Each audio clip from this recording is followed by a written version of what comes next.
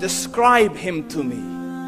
And Muslims, look at the description of your Rasul. And for some, this would be the first time you hear what your Prophet looked like. I saw a man of striking appearance. ظاهر الوضاء أبلج الوجه, radiant face, حسن الخلق, beautifully created. لم تعبه الثجلة, his belly wasn't protruding. وَلَمْ تُزْرِ بِهِ السَّعْلَةِ, nor was his head disproportionate and small. وَسِيمٌ قَسِيم, proportionate and delicate, finely made, a specimen of a creation.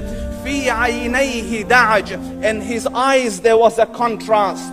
The dark was immensely dark, the white was excessively white. وَفِي أَشْفَارِهِ وَطْفٌ, and his eyelashes were long. وَفِي صَوْتِهِ صَهْل, and in his voice was a natural echo. وَفِي عُنُقِهِ سَطَعٌ, and his neck was elegantly long. وَفِي لِحْيَتِهِ كَثَاثَةٌ, his beard was full and thick.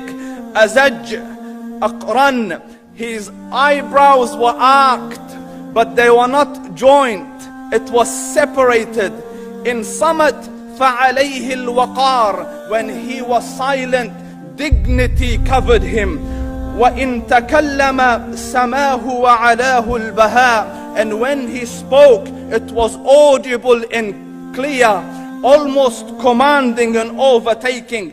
أَجْمَلَ النَّاسِ وَأَبْهَاهُمْ مِنْ بَعِيدٍ, from afar, the most striking and outstanding in appearance. وَأَحْسَنُهُمْ وَأَجْمَلُهُمْ مِنْ قَرِيبٍ, and when he came near, the best of them and the most handsome of them in closeness.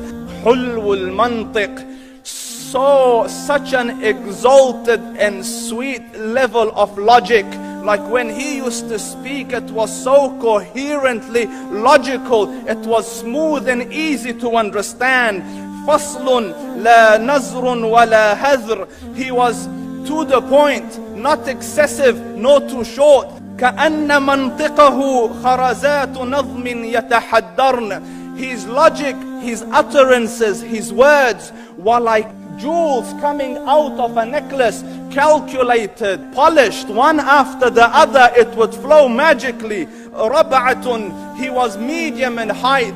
Your eye didn't have to strain to look up at him, nor was it tedious to look down at him. He was a comfortable sight to look at. لَهُ رُفَقَاء يَحُفُّونَ بِهِ, he had friends, the people that were with him, they were working around him to try to serve and protect him.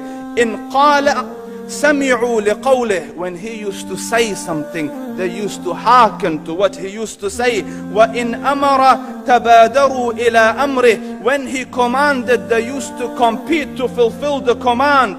This is Muhammad Rasulullah. This is Muhammad Rasulullah. Anas ibn Malik says, he says, I came out one night, it was the full moon night.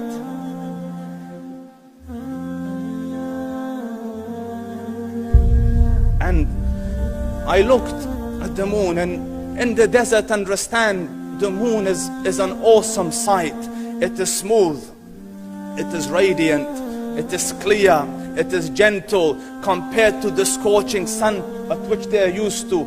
So the moon was the epitome of beauty. So he says, I came out at a full moon night and I looked at the moon and I saw it beautiful, handsome. So I said, let me go see if the moon is more handsome or my Prophet is more handsome. Let me see if that is more beautiful or the Prophet is more beautiful. So I went and I saw him standing afar.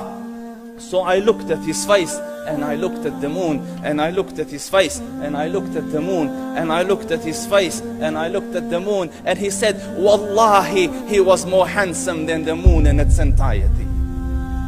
That is just the look of your Rasul.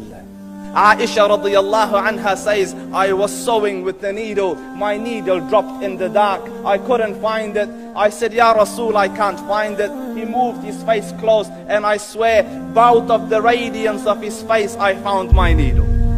And the Prophet sallallahu alaihi wasallam was mind-bogglingly handsome, but his handsomeness was covered with waqar and jalal and hayba.